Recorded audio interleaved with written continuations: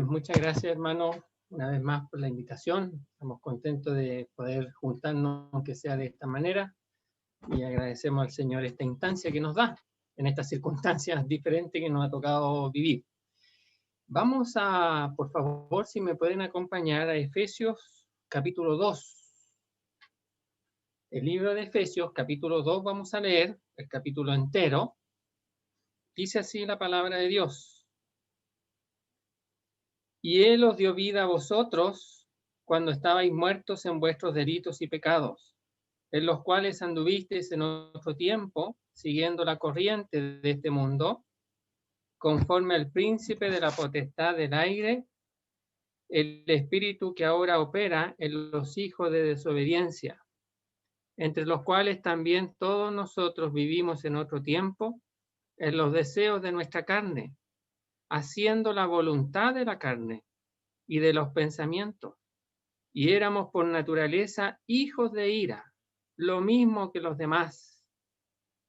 Pero Dios, que es rico en misericordia, por su gran amor con que nos amó, aun estando nosotros muertos en pecado, nos dio vida juntamente con Cristo. Por gracia sois salvos.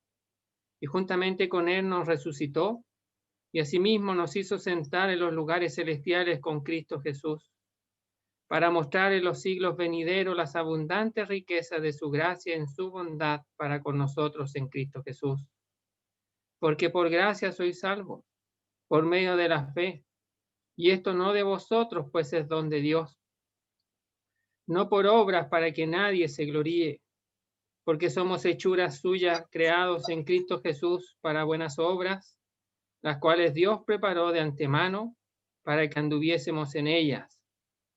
Por tanto, acordaos de que en otro tiempo vosotros los gentiles, en cuanto a la carne, erais llamados incircuncisión por la llamada circuncisión hecha con mano en la carne. En aquel tiempo estabais sin Cristo, alejados de la ciudadanía de Israel y ajenos a los pactos de la promesa, sin esperanza y sin Dios en el mundo. Pero ahora, en Cristo Jesús, vosotros que en otro tiempo estabais lejos, habéis sido hechos cercanos por la sangre de Cristo, porque Él es nuestra paz, que de ambos pueblos hizo uno, derribando la pared intermedia de separación, aboliendo en su carne las enemistades, la ley de los mandamientos expresados en ordenanza, para crear en sí mismo de los dos un solo y nuevo hombre, haciendo la paz. Y mediante la cruz, reconciliar con Dios a ambos en un solo cuerpo, matando en ella las enemistades. Y vino y anunció las buenas nuevas de paz a vosotros, que estabais lejos, y a los que estaban cerca. Porque por medio de Él los unos y los otros tenemos entrada por un mismo espíritu al Padre. Así que ya no sois extranjeros ni advenedizos, sino conciudadanos de los santos y miembros de la familia de Dios, edificados sobre el fundamento de los apóstoles y profetas, siendo la principal piedra del ángulo Jesucristo mismo, en quien todo el edificio, bien coordinado, va creciendo para ser un templo santo en el Señor, en quien vosotros también sois juntamente edificados para morada de Dios en el Espíritu. Hasta ahí la lectura de la palabra de Dios. Muy bien.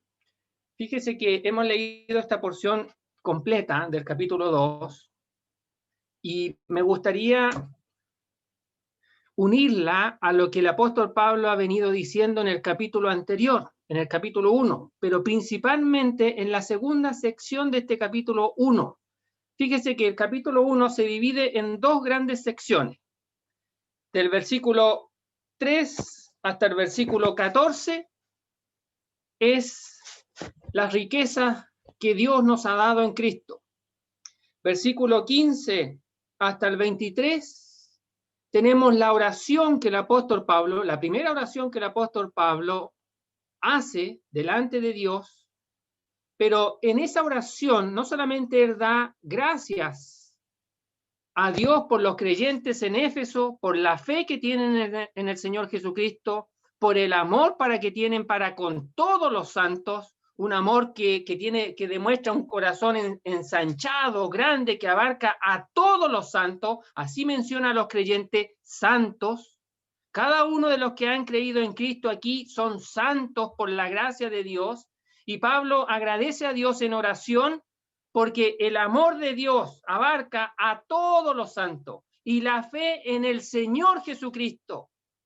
Esa buena relación con el Señor permite que exista un corazón ensanchado hacia mis hermanos, que son los santos, a los cuales tengo que amar, debo amar, y nos ha sido capacitado por Dios, quien ha derramado el amor suyo en nuestros corazones. Hemos sido capacitados para derrochar, para manifestar ese amor hacia todos los santos.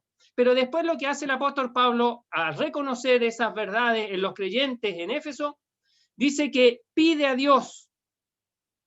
Y la petición del apóstol Pablo es que el Señor pueda dar espíritu de sabiduría y de revelación en el conocimiento de Él, para que sepáis. Y ahí el apóstol Pablo está pidiendo que haya sabiduría, revelación, para que podamos saber lo que Dios nos ha concedido. Y va a mencionar a lo menos 3 cosas que Dios nos ha concedido. Y Pablo pide a Dios que tengamos ese espíritu de sabiduría y de revelación para que sepamos. Fíjese que cuando uno no sabe lo que tiene, no usa lo que tiene, porque no lo sabe. No lo sabe, entonces es como que si no tuviera nada. Pero Pablo no quiere que los creyentes en Éfeso sean ignorantes en cuanto a las cosas que Dios nos ha provisto. Y es por eso que hace esta primera oración.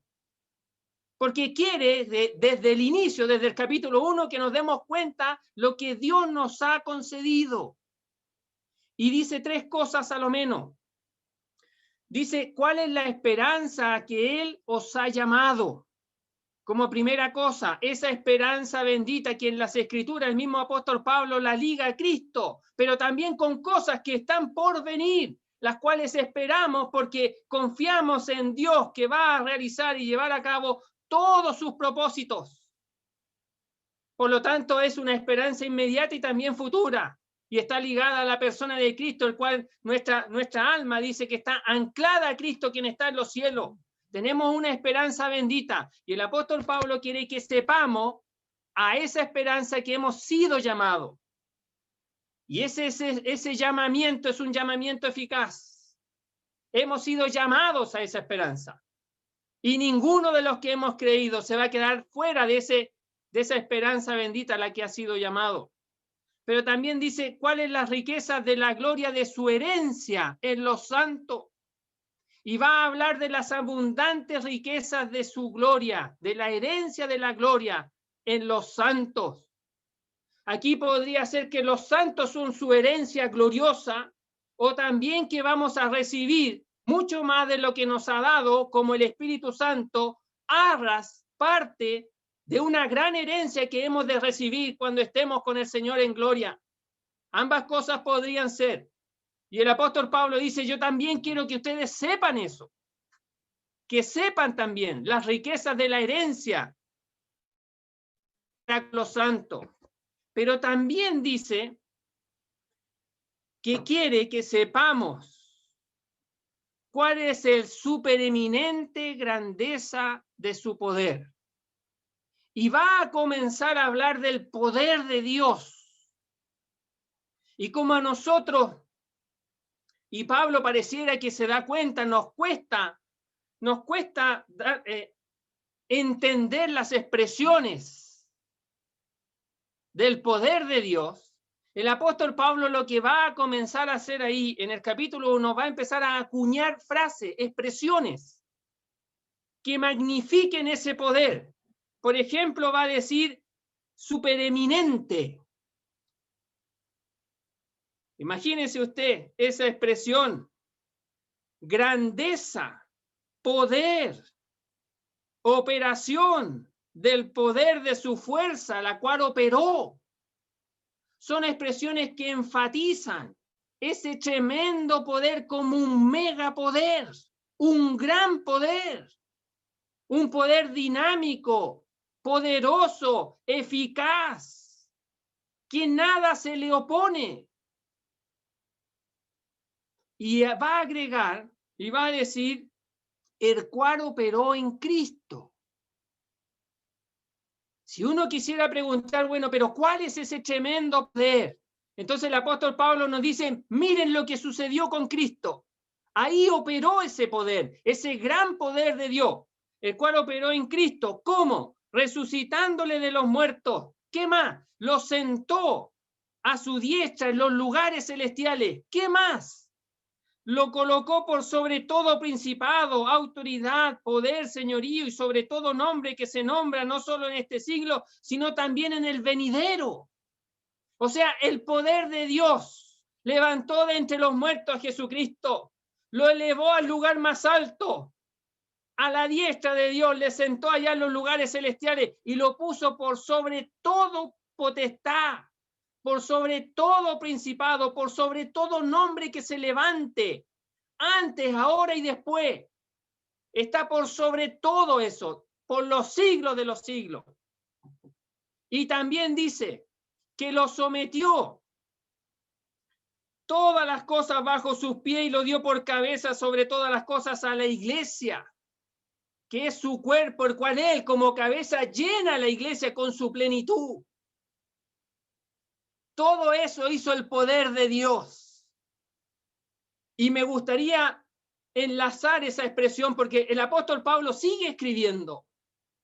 Y para nosotros, claro, dice capítulo 2, versículo 1, pero en realidad cuando el apóstol Pablo dictaba y seguían escribiendo, no colocaban capítulo 2 ni verso 1, nada, seguía escribiendo, seguía dictando por inspiración del Espíritu Santo y el amanuense seguía escribiendo. Y quiero decir que en el capítulo 2, que también se divide en dos secciones, tenemos la manifestación del poder de Dios, pero ahora para con nosotros. El apóstol Pablo nos ha mostrado el poder de Dios en Cristo, lo que ha hecho con Cristo, pero ahora en el capítulo 2 va a decir, ese poder también ha actuado en nosotros, porque ha sido dado para nosotros, dice, los que creemos. Entonces, este poder de Dios, manifestado en Cristo, que también nos fue dado a nosotros en Cristo, es un poder que se vive por la fe, por una vida de fe, por una fe en lo que Dios ha hecho en nosotros. No es por fuerza humana, sino que es por fe, es descansando en lo que Dios ha hecho para nosotros en Cristo. Entonces, eso es lo que quisiera enfatizar en los minutos que quedan. Y entre eso vamos también a hablar del Evangelio. Entonces tenemos la primera sección, del verso 1 hasta el verso 10, donde tenemos la manifestación del poder de Dios en la salvación. Tenemos donde Dios despliega, donde Dios exhibe su poder, resucitando, dando vida, sentando, salvando, mostrando las riquezas de su gracia. Pero en la segunda sección del verso 11 hasta el verso 22, tenemos la manifestación del poder de Dios en la unidad, porque ha creado un solo cuerpo, un solo y nuevo hombre, para que tengamos acceso por un solo acceso, por un mismo espíritu al Padre. Y todo eso está en un ambiente de paz, donde ha derribado la pared intermedia de separación entre los judíos y los gentiles, y ha hecho Dios por su poder un solo y nuevo hombre. Entonces, el poder de Dios une en un ambiente de paz, de reconciliación, anulando las enemistades. Todo eso bajo el poder de Dios y nos llega a nosotros bajo un solo fundamento dado a los apóstoles y profetas, con una sola piedra angular, Jesucristo, para que seamos un templo santo para Dios en el Espíritu. Todo eso está aquí en el capítulo 2, y ya he dicho todos los títulos, y ahora es solamente decir un poquito más de estos títulos, pero si usted, hermano, a lo menos entendiera estas expresiones que hemos ya mencionado, yo creo que tenemos un tremendo disfrute por delante, pero un tremendo disfrute. Y deberíamos de orar como el apóstol Pablo, que el Señor nos dé, que nuestro Dios, el Padre de gloria, dice ahí en el capítulo 1, os dé espíritu de sabiduría y de revelación en el conocimiento de Él, para que sepamos. Bien. Versículo 1, dice así: y a vosotros, aquí nosotros leemos, y Él os dio vida, pero esa expresión, Él os dio vida, recién aparece en el versículo 5. Entonces, fíjese usted que lo primero que está haciendo aquí el apóstol Pablo, está mencionando los primeros 3 versículos. En los primeros 3 versículos está mencionando cuál era nuestra realidad. ¿Cuál era su realidad? ¿Cuál era mi realidad? Antes de la intervención de Dios en nuestra vida, antes de creer en Cristo, antes de recibir a Cristo como nuestro Salvador personal. Si hay algún amigo aquí, alguna amiga, alguna persona que está escuchando y que aún no es de Cristo, vamos a leer y vamos a explicar algunas cosas respecto de lo que es la realidad del ser humano sin Cristo. Una realidad que es muy triste por lo demás. Y una realidad en la cual ninguno de nosotros puede salir por sus propios medios. Ninguno de nosotros puede escapar de esta realidad por nuestras propias fuerzas, por nuestros propios medios, por nuestras buenas intenciones. No podemos. Y el apóstol Pablo va a mencionar eso y por eso lo describe aquí. Para que nos demos cuenta en qué estábamos sumergidos, todos nosotros. Dice así: y a vosotros cuando estabais muertos. Mire la descripción que hace, vosotros, o sea, cada uno de nosotros. Usted, querido amigo, usted, querido hermano, y yo también. Todos nosotros estamos incluidos aquí en esta realidad. Y vosotros estabais muertos, separados de Dios. Eso es lo que quiere decir la palabra muerto, separación. Estábamos separados, todos nosotros estábamos separados. Dice, por vuestros delitos y por vuestros pecados. Los delitos y los pecados nos demuestran a nosotros de la separación que teníamos. Los delitos y los pecados no nos separan. No. Lo que dice es que los delitos y los pecados es demostración de que estamos separados. Separados de Dios. Muertos para Dios. Espiritualmente hablando, eso sí. Todos nosotros estábamos en esa condición. Nacemos en esa condición. Delitos. Se refiere a la caída del ser humano, a la desviación del camino, de un camino incorrecto, de un camino que nos separa de Dios, que nos aleja de Dios. No escogemos el camino que Dios quiere para nuestra vida, sino que escogemos el otro camino, el que nos separa de Dios, el que creemos nosotros que nos hace independientes, que nos hace ser dueños de nuestra propia vida. Y decimos, por este camino nos vamos a ir. Y escogemos ese camino. Y pensamos actuar de manera independiente. Pero más adelante nos va a decir el apóstol Pablo otra tremenda realidad. Pero aquí describe que nosotros escogimos un camino. un camino de desviación de las cosas de Dios. Pero también dice que, y habla de pecados. Y eso es no achuntar al blanco, sin dirección, sin una dirección correcta. O sea, no solamente escogimos un mal camino que nos aleja de Dios, sino que no tenemos una dirección clara en nuestra vida. No tenemos algo que nos haga que nuestra vida sea para la gloria de Dios. No tenemos rumbo, hemos perdido la brújula. No solamente escogimos un camino diferente, sino que en ese camino diferente nos perdimos. No sabemos para dónde seguir, para dónde caminar. Estamos extraviados.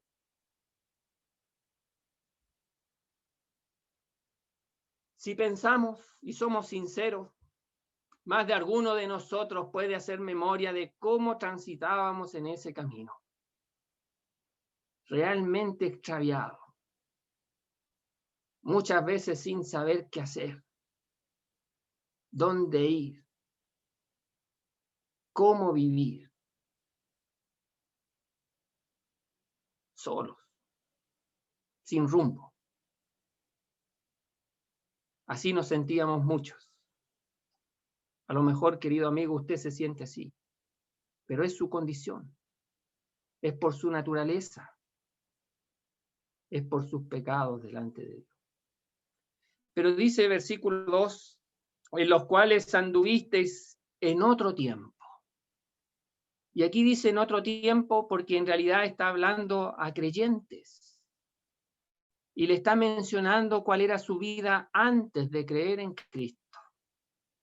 Y esto lo digo, querido amigo, porque no se vaya a confundir usted. Esa era la realidad antes de creer en Cristo. Entonces dice el apóstol Pablo, en los cuales anduvisteis en otro tiempo, siguiendo la corriente de este mundo.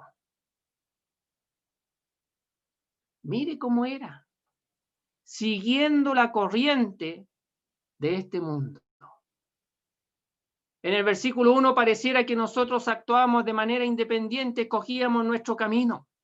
Pero la verdad es que el camino que escogimos era un camino que fuimos arrastrados para ese camino, por la corriente de este mundo, que se ha dejado llevar, impulsar por esa corriente de este mundo.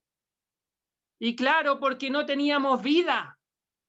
No se podía luchar contra esa corriente porque no teníamos vida. Éramos como un pez muerto, que la corriente se lo lleva. Y es arrastrado por la corriente de este mundo. El curso de este mundo. El camino que este mundo da a sus seguidores. Pero dice algo más. Conforme al príncipe de la potestad del aire. O sea, el mundo tiene una corriente, un impulso, un deseo. Y esa corriente, ese impulso y ese deseo es dado por el príncipe de la potestad del aire. El mundo no inventa sus propios inclinaciones. El mundo cree que sí. Pero en realidad la palabra de Dios nos dice que el príncipe de este mundo, él coloca, él impulsa esos deseos, esas intenciones. Lleva al mundo por el lugar que él quiere. Nadie es independiente en este mundo. Sigue la corriente de este mundo, que es impulsada por el príncipe de este mundo. Ese es el diablo. Quien opera, quien se mantiene tan vivo. No está muerto el diablo. No es un mito. No es una fábula. Es un ser creado por Dios. Tenía que honrar a Dios. No lo quiso. No quiso honrar a Dios. Y ahora quiere que cada hombre y cada mujer no honre a Dios. Y le pone camino. y le pone idea, y le pone maneras de pensar en contra de Dios. Pero también agrega el espíritu que ahora opera en los hijos de desobediencia. O sea, también hay algo que lo impulsa, el espíritu que opera. Esa palabra es la misma que se mencionaba en el capítulo 1, que operó en Cristo, resucitándole de entre los muertos. Y este espíritu opera en esos hijos de desobediencia, esos hijos que su padre es la desobediencia, esos hijos que tienen como cercanía, como comunión la desobediencia. La desobediencia a Dios.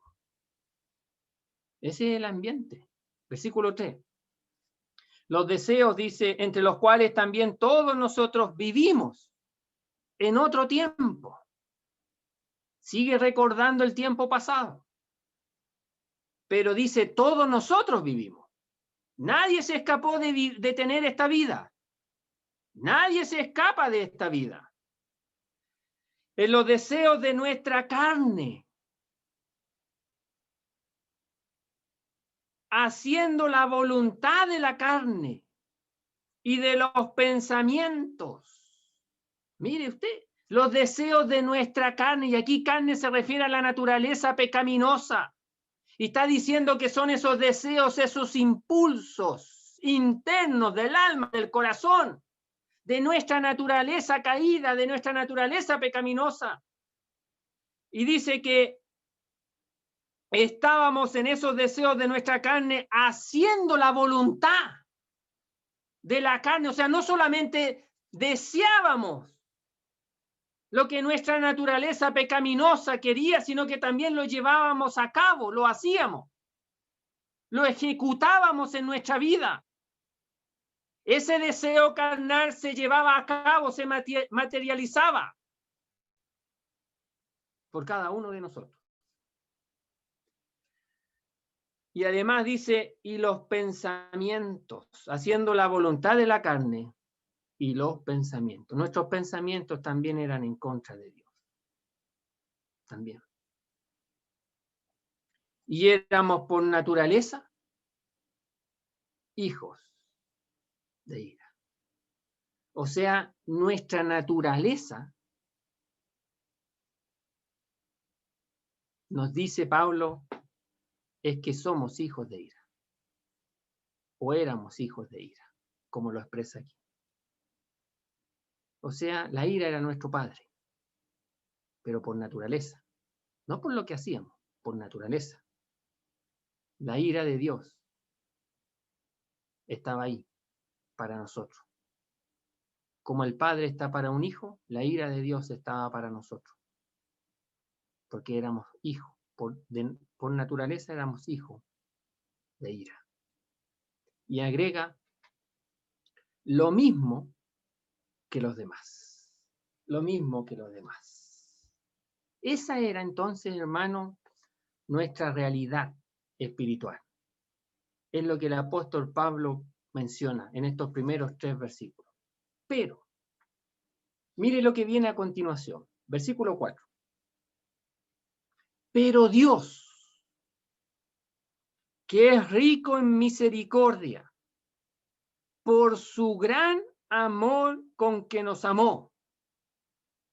Y este pero que aparece aquí nos hace detenernos, nos habla de una tremenda esperanza, nos habla de un tremendo Dios que interviene, que no deja al ser humano en esa condición, en esa miseria, y va a desplegar su tremendo poder que se necesita para sacar al hombre y a la mujer de esa condición espiritual en la que se encuentra.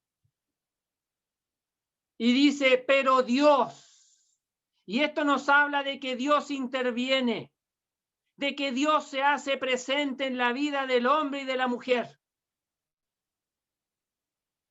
Y es lo que queremos, que ocurra con usted, que aún no se ha hecho presente nuestro Dios en su vida, querido amigo que aún no es creyente.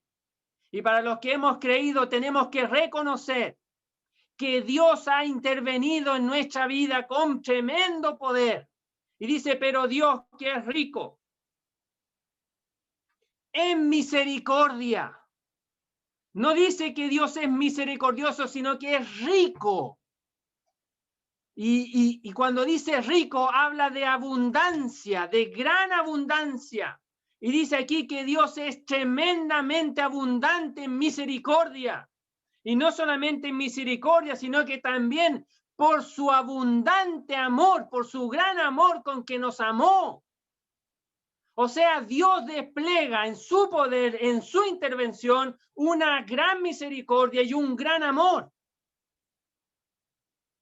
que es propio de Él, exclusivo de Él. De esa manera Dios interviene, con gran misericordia y con gran amor. ¿Cómo interviene? Mire, y aún estando nosotros muertos en pecado, extraviados, caídos, escogiendo un camino que nos alejaba de Dios, estando aún en esa condición, nos dio vida juntamente con Cristo. Y agrega, por gracia soy salvo. Querido hermanos y amigos, Dios interviene poderosamente en nuestra vida y queremos que lo haga con usted en esta hora, querido amigo, que aún no ha creído en Cristo. Queremos que Dios intervenga como lo ha intervenido en nosotros. Y la intervención de Dios es para dar vida, porque estábamos muertos en nuestros delitos y en nuestros pecados, extraviados completamente, sin rumbo en nuestra vida, perdidos completamente. Y Dios interviene por el Evangelio de Jesucristo y nos habla lo que Jesucristo hizo. Más adelante va a hablar también de Jesucristo, pero en el capítulo 1 ha dicho que hemos sido, por quien tenemos redención por su sangre, el perdón de pecados según las riquezas de su gracia. Y queremos mencionar aquí que la muerte de Cristo, la muerte en cruz por nuestros pecados, ese mensaje glorioso de que uno murió por mí, Jesucristo murió por mí, el Hijo de Dios murió por mí, hace que Dios intervenga con ese mensaje. Escuchando ese mensaje glorioso del Evangelio de Cristo, de la muerte de Cristo, su sepultura y resurrección de Jesucristo, Dios me dice, mi Hijo murió por ti. Yo creo en Cristo, recibo a Cristo por la fe, recibo vida. Por eso dice aquí, nos dio vida juntamente con Cristo. Tengo que recibir a Cristo. Tengo que creer en Cristo. Y recibo la vida de Cristo en mí, por tener a Cristo. Y esto es un acto de gracia, solo de gracia. Y es la salvación que Dios ha dado. Es solo por gracia. No depende de mis capacidades. No depende de mis intenciones. No depende de mi fuerza. No depende de cuán bueno soy. Cuántas obras he hecho. No depende si voy a un lugar. No depende de dónde vivo, de qué país soy. Es por gracia.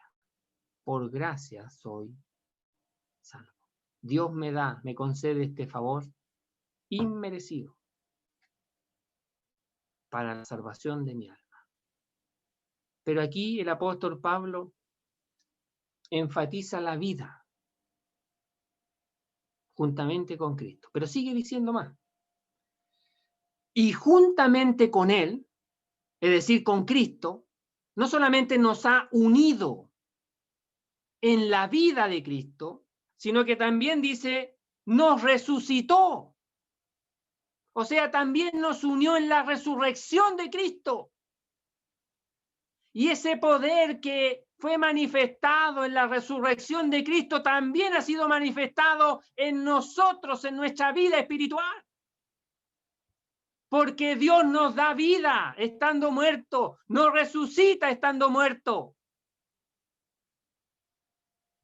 En esa unidad con Cristo, en esa unión con Cristo. Y además dice, y asimismo nos hizo sentar en los lugares celestiales con Cristo Jesús. Fíjese que esa expresión nos aparece en las tres partes. Nos dio vida, nos resucitó, nos hizo sentar. No depende del creyente, no depende del incrédulo, depende de Dios que nos da este mensaje glorioso para creer, y cuando lo hemos creído, disfrutamos de la vida, disfrutamos de la resurrección, disfrutamos de estar sentados en los lugares celestiales. Mire, hermano, me imagino que todos los que estamos aquí, los que nos vemos y los que no nos vemos, me imagino que estamos sentados. Estamos todos sentados, o la mayoría está sentado. Y cada uno podría decir, yo estoy sentado en Santiago, yo estoy sentado en Temuco, yo estoy sentado en X región, en X ciudad, pero aquí estamos sentados en los lugares celestiales. Simultáneamente, yo estoy sentado en Santiago y espiritualmente estoy sentado en los lugares celestiales con Cristo Jesús. Y ahí está sentado usted también, querido amigo, querido hermano. Y digo amigo en realidad porque me gustaría, querido amigo, que usted creyendo en Cristo también disfrute de estar sentado en los lugares celestiales con Cristo Jesús. Si lo recibe como su Salvador personal, dándose cuenta que está muerto en delitos y pecados.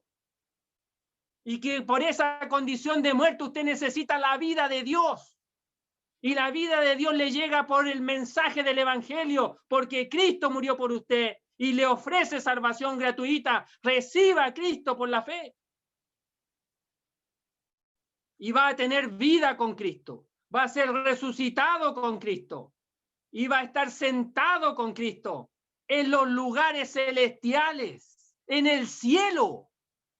Esa misma expresión la ha dicho en el capítulo 1.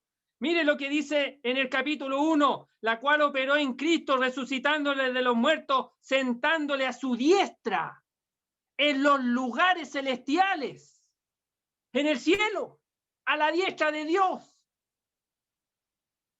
Y ahora se nos dice a nosotros que estamos sentados en los lugares celestiales, con Cristo Jesús, en el cielo. Querido hermano, fíjese que el apóstol Pablo comienza este libro diciéndole al creyente que está sentado. Pareciera que a veces nos cansamos mucho en la vida cristiana. Pero Pablo nos dice que estamos sentados. Tenemos que descansar en Cristo. Después nos va a decir que tenemos que andar. Y después nos va a decir que tenemos que estar firmes. Que tenemos que estar firmes. Hay una división y un libro que escribió Watchman Nee con ese título, Sentaos, andad y estar firmes.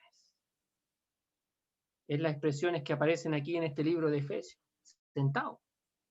Y estamos sentados en los lugares celestiales con Cristo Jesús. Pero bueno, sigamos avanzando. Dice, el tremendo propósito que Dios tiene en todo esto que ha hecho para con nosotros los que hemos creído en Cristo. Dice, para mostrar, exhibir, publicar. Es como si corriéramos la cortina para que todos vieran, para desplegar, como quien abre un rollo y dice, mire, quiero que vea la panorámica completa, para mostrar, para exhibir, en los siglos venideros, en los siglos que vienen,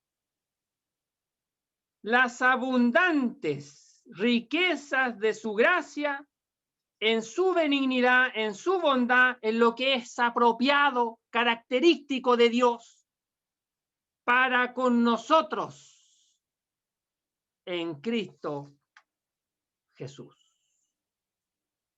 El tremendo propósito. Dios va a mostrar, va a exhibir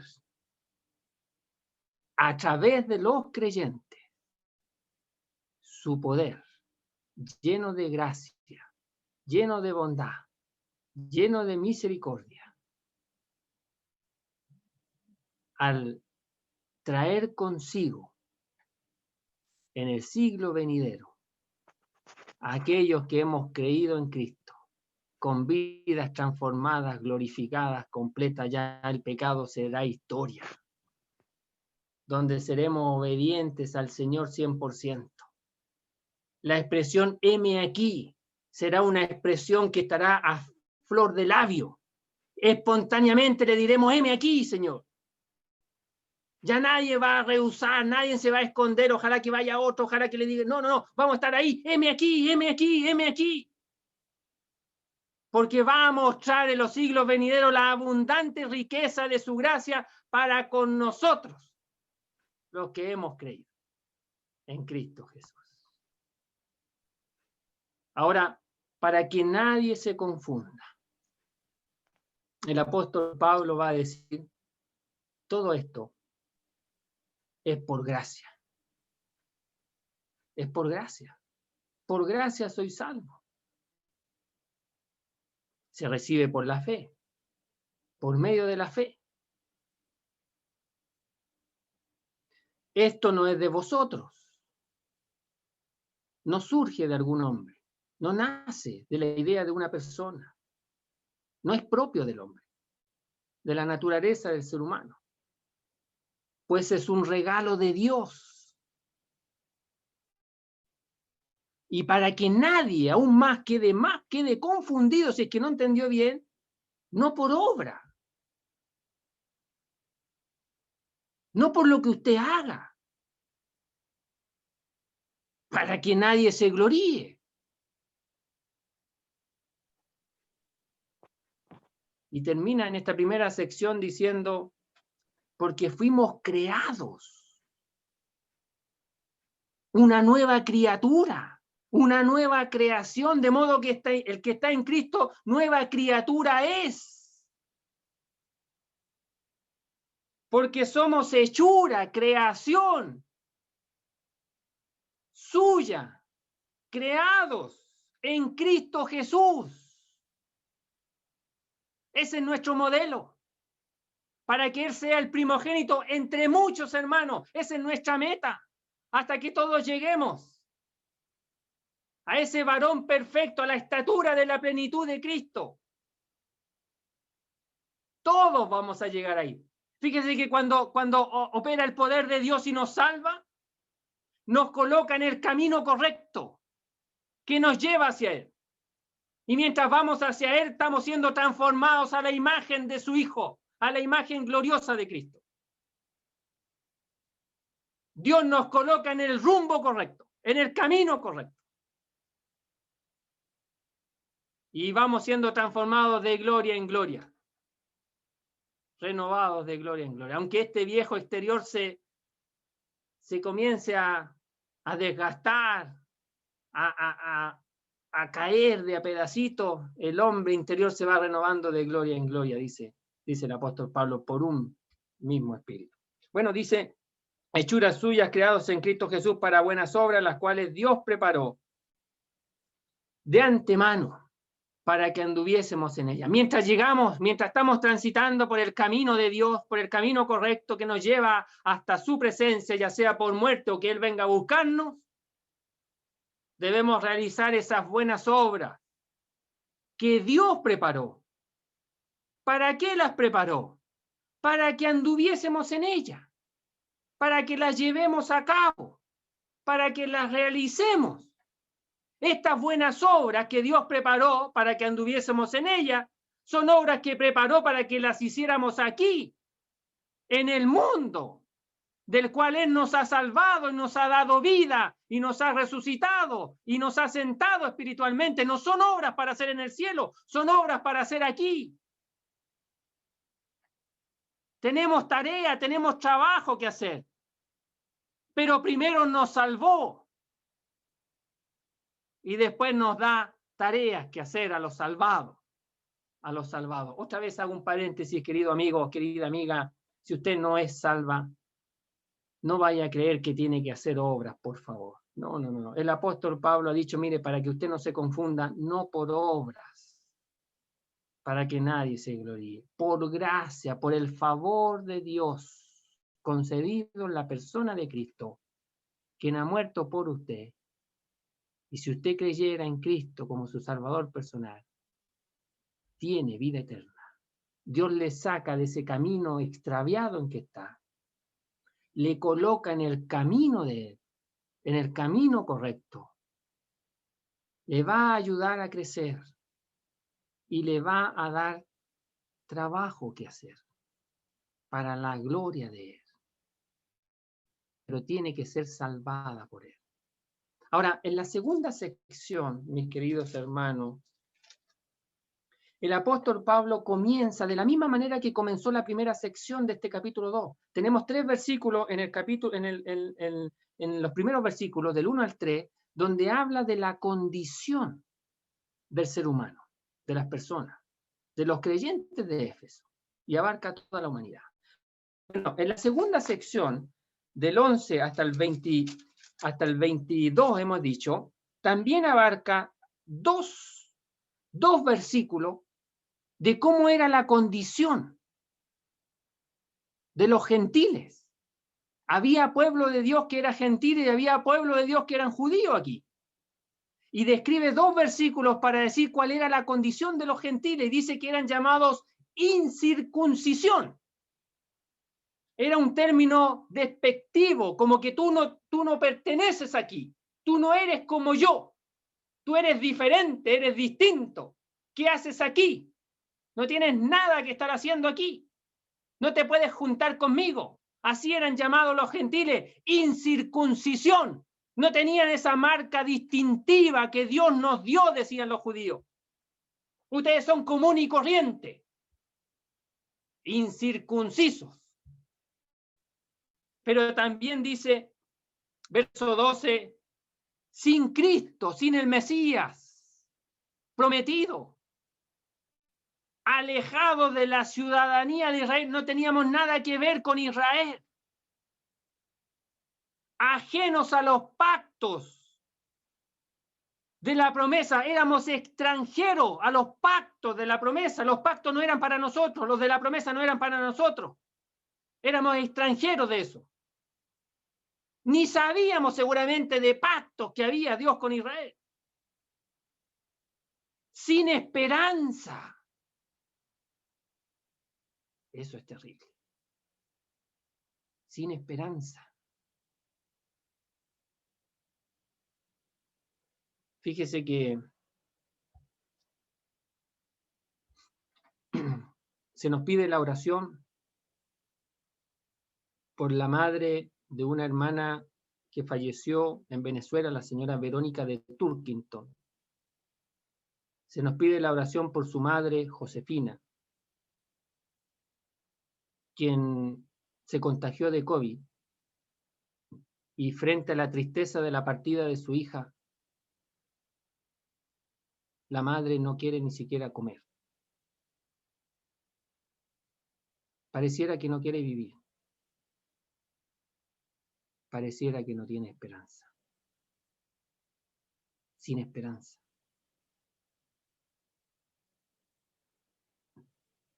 No se puede vivir sin esperanza. Así éramos. Sin esperanza.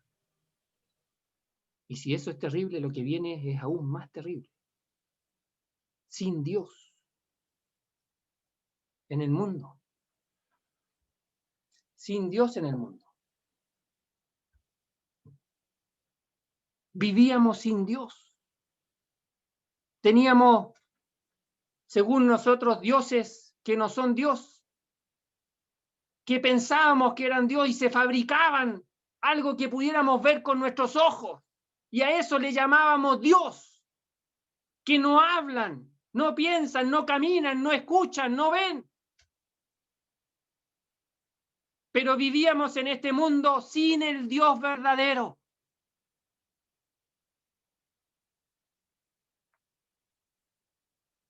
Esa era nuestra condicionante. Esa es la condición de muchas personas que aún no han creído en Cristo. Pero mire el versículo que sigue. Dice, pero ahora, versículo 13. Y al igual que en la sección anterior donde vimos 3 versículos de nuestra condición, y después dice, pero Dios, en el verso 4, ahora aquí en el verso 13 dice, pero ahora en Cristo. Otra vez hay intervención divina. Estando en esa condición terrible para nosotros, hay intervención divina. Pero ahora en Cristo Jesús, vosotros que en otro tiempo estabais lejos, habéis sido hechos cercanos por la sangre de Cristo. Y ahora va a decir que el sacrificio de Cristo, que la muerte de Cristo en la cruz, nos hizo cercanos a Dios. Nosotros que estábamos lejos, nosotros que no teníamos esperanza, que estábamos sin Dios en este mundo, hemos sido hechos cercanos por la muerte de Cristo. Confiamos en la muerte de Cristo, creemos en la muerte de Cristo, recibimos a Cristo por la fe, hemos sido hechos cercanos. El poder de Dios manifestado nos pone en relación y nos acerca a Él, al Dios santo, 3 veces santo. Nos acerca a Él. Pero sigue diciendo, porque Él es nuestra paz. Y esta cercanía, fíjese usted, esta cercanía que hace, no solamente hacia Dios, sino que también entre los creyentes, entre los judíos, entre los gentiles que han creído, es en un ambiente de paz, porque se necesita la paz para estar juntos. Y es en ese ambiente, por eso dice aquí, Él, Cristo, Él es nuestra paz. Entonces yo tengo que entender que Cristo es mi paz. El judío tiene que entender que Cristo es mi paz. Y si yo me doy cuenta que Él es mi paz, yo voy a poder convivir con un judío y el judío va a poder convivir con un gentil. Porque la paz no depende de mí o de Él, de Cristo. Él es nuestra paz. Y yo he sido relacionado a Cristo ahora.